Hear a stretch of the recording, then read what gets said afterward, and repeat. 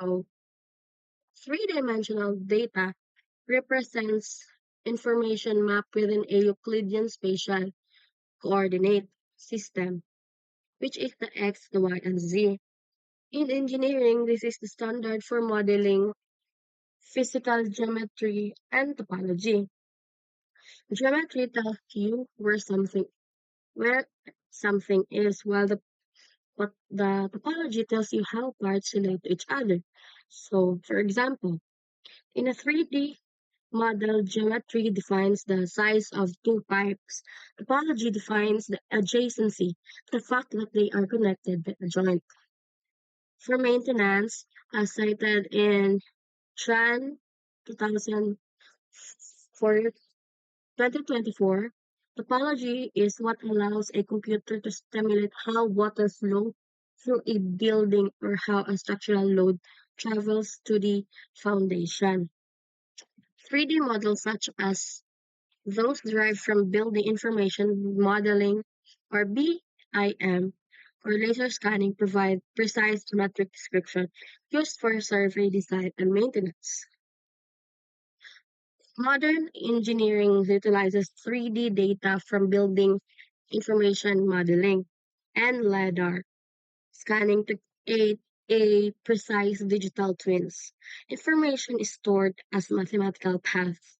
A, a wall isn't just a shape, it's a set of vertices connected by lines with assigned attributes like materials, cost, or even thermal resistance. This ensures that the digital representation maintains geometric accuracy with the physical world.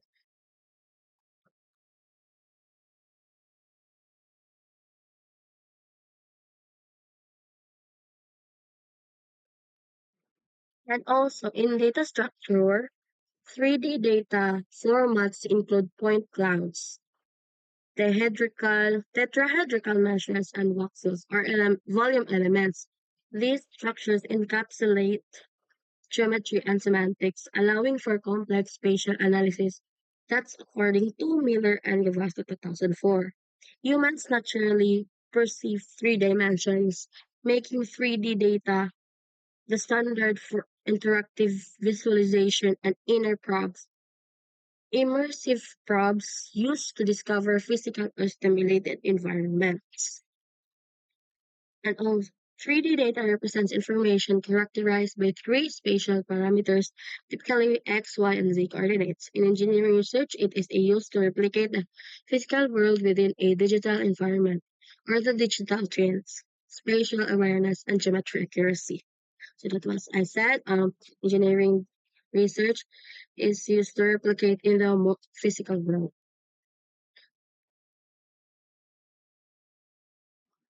So, for example, electronic design automation or EDA for integrated circuits modern microchips use 3D eyes in technology where transistors are stacked vertically.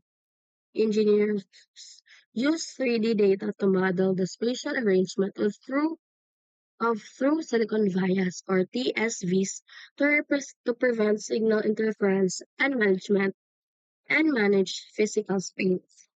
According to Lee and the other author, 2024. So, as we reach the physical limits of Moore's law, our design philosophy has shifted from horizontal scaling to volumetric integration.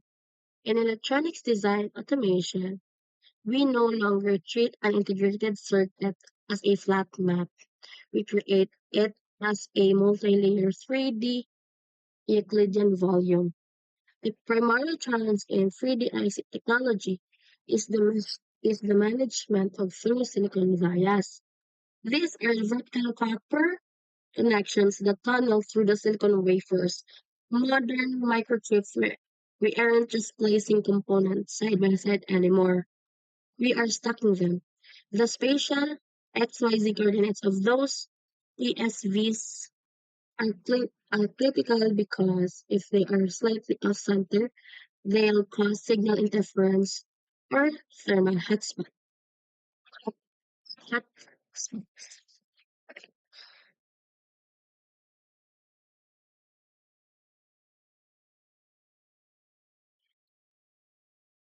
Example 2. Electromagnetic field mapping when designing antennas or high-frequency PCBs.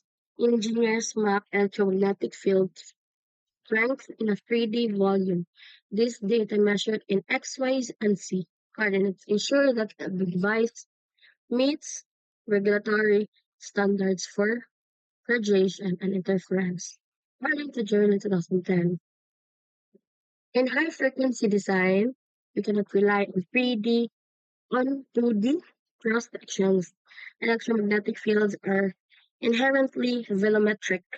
To ensure a device is compliant, we perform 3D field mapping, treating the space surrounding the antenna as a discrete voxel track grid of field intensity. This 3D data allows us to identify the side lobes and nodes in the radiation pattern. If our 3D map shows a high intensity hotspot linking toward a sensitive component in a PCB, we can we can adjust the physical shielding in the CAD model before a single prototype is manufactured.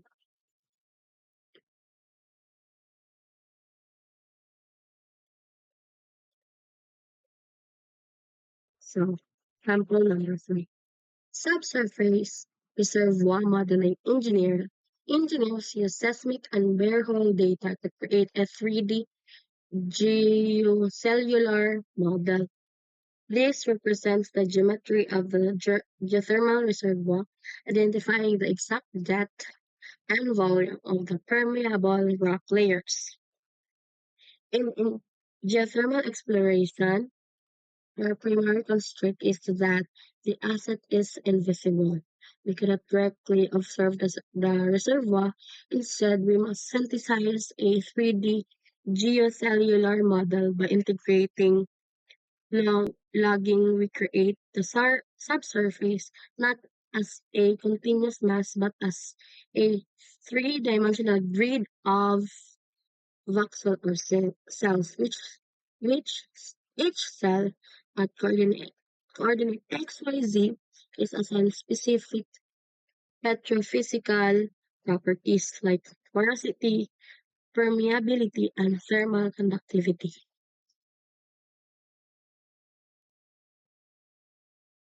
So, except we're down to 10-dimensional data. If more than three parameters are measured, a clear graphical representation of all the data is not possible. Some software packages that generate three-dimensional data use transparent contour surfaces, a series of cross-section slices stacked side by side dynamic control over the viewing viewing position outside or inside of the model.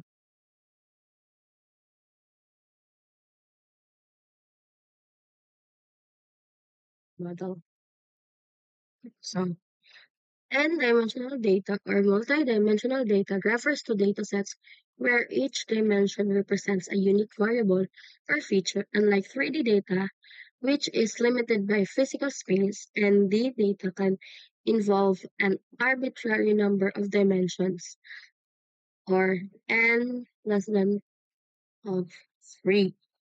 So n-dimensional data they allows us to treat um, every independent variable, whether it be temperature, voltage, or packet size, as its own orthogonal axis in a dimensional mathematical space. As Lianos and Blessant note, a direct graphical representation of n less than 3 is physically impossible. To bridge this gap, we use um, isosurfaces and sectional slicing to project specific slices of that early space into a 3D volume we can actually interpret. We aren't seeing the whole data set. We are seeing a 3D shadow of a higher dimensional reality. Example 1 in n-dimensional data. Geothermal research utilizes n-dimensional data to simulate thermohydromechanical and chemical interactions. Each point in a reservoir is assigned values for temperature T, fluid pressure P, rock stress, and chemical concentration C. Understanding how these and variables interact over time is essential for long-term reservoir sustainability. So, in geothermal, we deal with a THMC manifold, or a single coordinate in a reservoir isn't just a location. It is a vector of interactions. If the chemical concentration changes, it can alter the rock stress, which in turn changes fluid pressure, which is the P. We use ND data to model these nonlinear feedbacks, ensuring the reservoir's thermal output remains sustainable over decades. So, example 2. Testing chip performance under varying environmental conditions involves an empty space defined by process variations, voltage, and temperature, or PVT. Researchers analyze how current leakage or DIM4 and frequency dimension 5 interact to predict lifespan, according to that et al. 2020. Similarly, in microelectronics, we navigate the PVT space by treating process voltage and temperature as the primary axis. We can map performance matrix like leakage or in dimension 4 and frequency in dimension 5 as a response surface according to Zhao 2023. This allows us to locate failure corners, specific combinations of variables where the chip's lifespan drops off a mathematical cliff. In sample 3.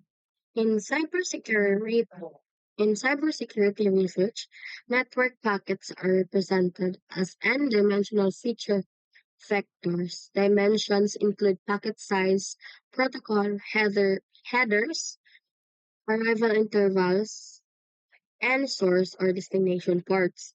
Machine learning models use this high-dimensional space to identify anomalies. So, in cyber security, we move entirely away from physical space. A network packet is transformed into feature vector. By plotting thousands of packets in this high-dimensional space, we use machine learning to identify clusters. And anomaly isn't just a bad file. It is a data point that exists as an outliner in an n-dimensional geometry that a human could never see, but an algorithm can mathematically define.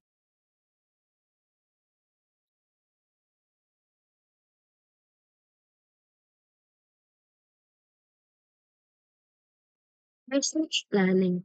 The research plan is to determine the size of air pollution from an exhaust fan. Researchers must address the following questions, like how many sampling points are required to define the plum. To define a plum, you can just stick one. We can just think we cannot just stick one sensor in the air. We need a 3D grid to capture the length, the width, and the height of the dispersion. The rule of three. Researchers often use a cone approach, which is we place the sensors at increasing distance from the fan, and for example, it's 10 meters away, 50 meters away, 100 meters away. At each distance, we need to multiply points across the width to find the center line where the um, concentration is highest. And in vertical profiling, pollution isn't or doesn't just stay at ground level. So, ang uban daw na pollution is dili jud daw siya tanan magpundo lang sa ground. Ang uban is nasa air, nasa water, and any natural resources na ano. So, we need source sensors at different heights to see if the plum rises due to heat or sinks due to heavy particles. And in so as I said, that in statistical minimum, usually a minimum of 12 to 15 points is needed for a basic model.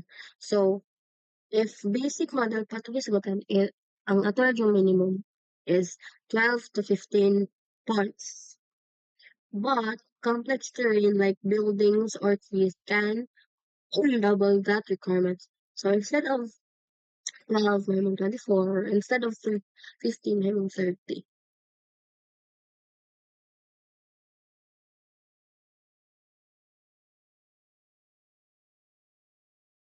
So in the question, how can the final resource three results be presented?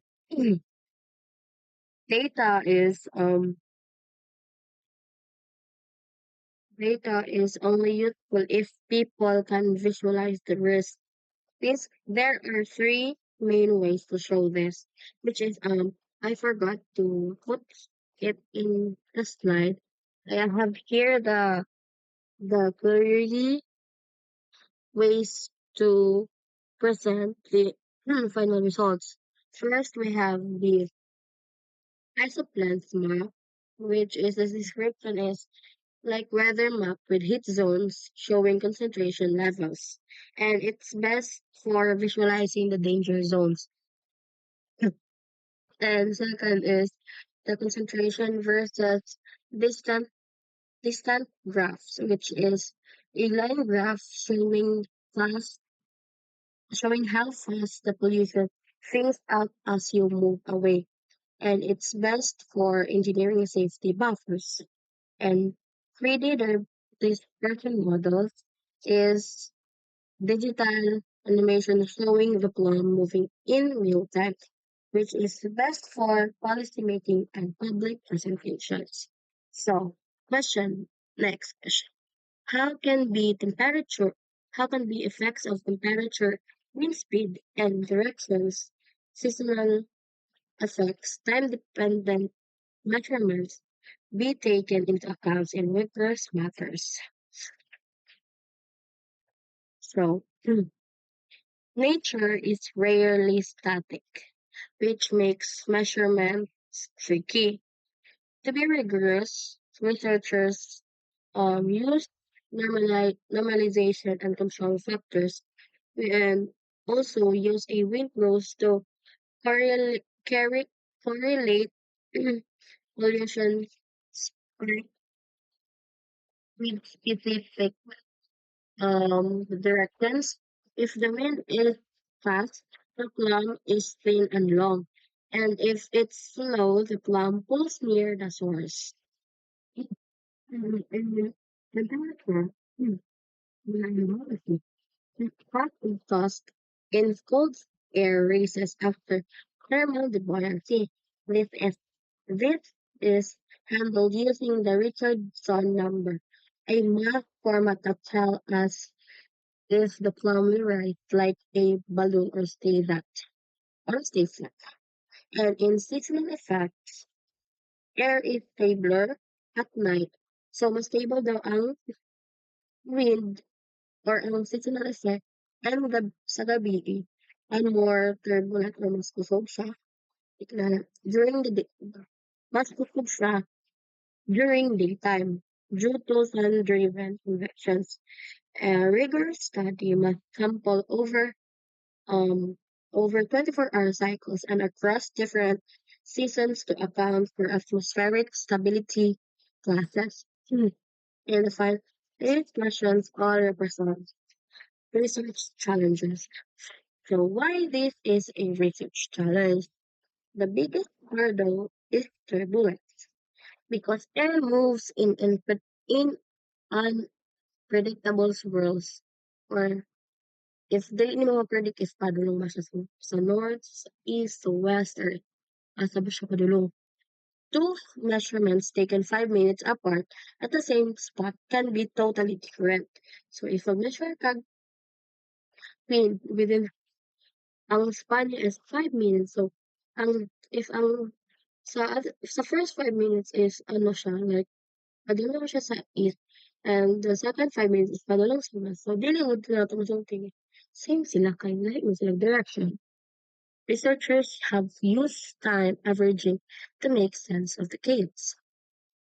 Imagining blowing cigarette smoke into a room with a fan.